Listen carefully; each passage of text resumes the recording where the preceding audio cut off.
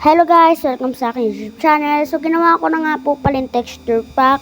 At syempre, wala na tayong madaming sasabihin. Tutorial ko na ako paano ilagay sa Minecraft. So, mag-download lang ako ng file manager. Hindi na po, sa Play Store po ito, nasa description na po yung link. Hindi na po tayo sa Cyber kasi mahirap yun.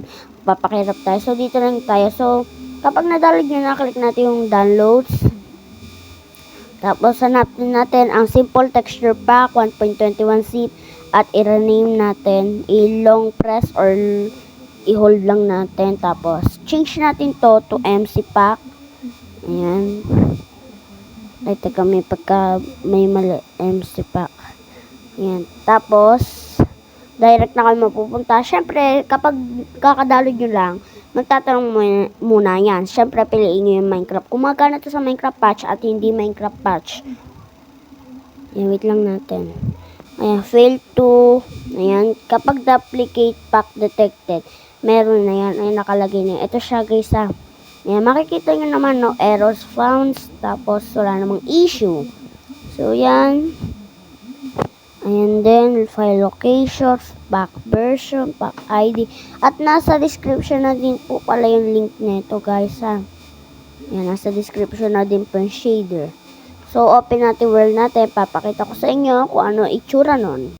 So, yan guys. Kung makikita nyo naman, napaka-astig na ng sword na hinahawakan ko. Tapos, ayan, hindi pa fix yan. Kaya, hindi yan hindi pa yan ice case kasi i-fix ko pa yan sa next video natin.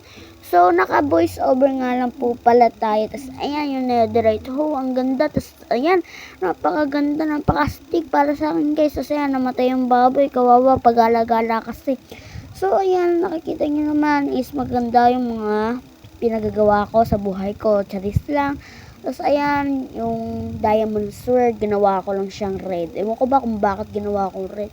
Kasi, napanood ko lang kung paano yung guys. Kaya, ginawa ko sana example pero tinapos ko na din. Ginawa ko ng texture pack. Ang hirap. So, ayan, makikita nyo naman yung tubig may umaalon na siya or bumababa na siya. Ewan ko tong laba kung naayos ko ba to or default lang talaga itsura niya. Tapos, ayan, natin yan. Ayan, ewan ko kung ano tawag dyan. Nakalimutan ko. Tagal ko nang di nagma-Minecraft. So, ayan. Ayan. Basta ako naman pinagagawa ko dyan. Tapos, ayan, ang ganda niya na umiilaw pa. Ayan. So, makikita nyo naman, tumatakbo ko. Ayan, pinatay ko. Asa pag-gala-gala kasi na one hit ko pa. O, diba, nawala agad sa mapa. So, makikita nyo naman is, ayan, makikita nyo naman yung mga pinagawa ko. Tsaka yung apple. Nilagyan ko na nga din yan ng, dahon sa dulo. Ayan. Kapag kumakagat, ganun pa din. Ayan. Ang itsura niya, hindi ko napalitan kasi nga, first time ko lang gumawa. Ayan. So, ito nga pala yung chest. Hindi ko naayos yung itsura nito sa totoo eh. Yung lang, yung appearance or yung itsura lang na bago ko. I mean, yung appearance niya is hindi ko naayos o kung ano man tawag dun. Yung trap chest, hindi ko din naayos. Ewan ko ba kung bakit. Ayusin kaya next video. So, yan, medyo mahirap kasi kaya ipinost ko na kaagad. At hindi ko na mahanap yung mga pinagagawa ko, yung mga future. Basta madaming future ako dyan na ginawa, guys. Sobrang dami, kaya, mahirap yung gawin, guys. So, ayan. Tapos, tinitignan ko. Yung armor kasi, ewan ko ba kung bakit hindi gumagana eh. Hindi ko siya mapipix. Ewan ko kapag na-fix ko. Tsaka tignan nyo yan kapag dinidiin nyo nagiging kulay red siya. Inayos ko yan kasi. Ayusin ko sana yung araw kaso ang pangat kapag kapag binabago ko pumapangat siya kaya hinahayaan ko na lang muna at hindi pa din yan fix. Nakalimutan ko. Tapos itong Totem of Undying, ginawa ko siyang may cruise. Kasi kapag diba guys, kapag namatay is ang tawag doon, kapag namatay ka is mabubuhay ka ulit, kaya nilagyan ko siya ng cruise. So yan, tumataas-taas ako dyan, tapos sa survival ko yan kasi ako ay malakas. Ayan, so survival ko na, survival, resume game.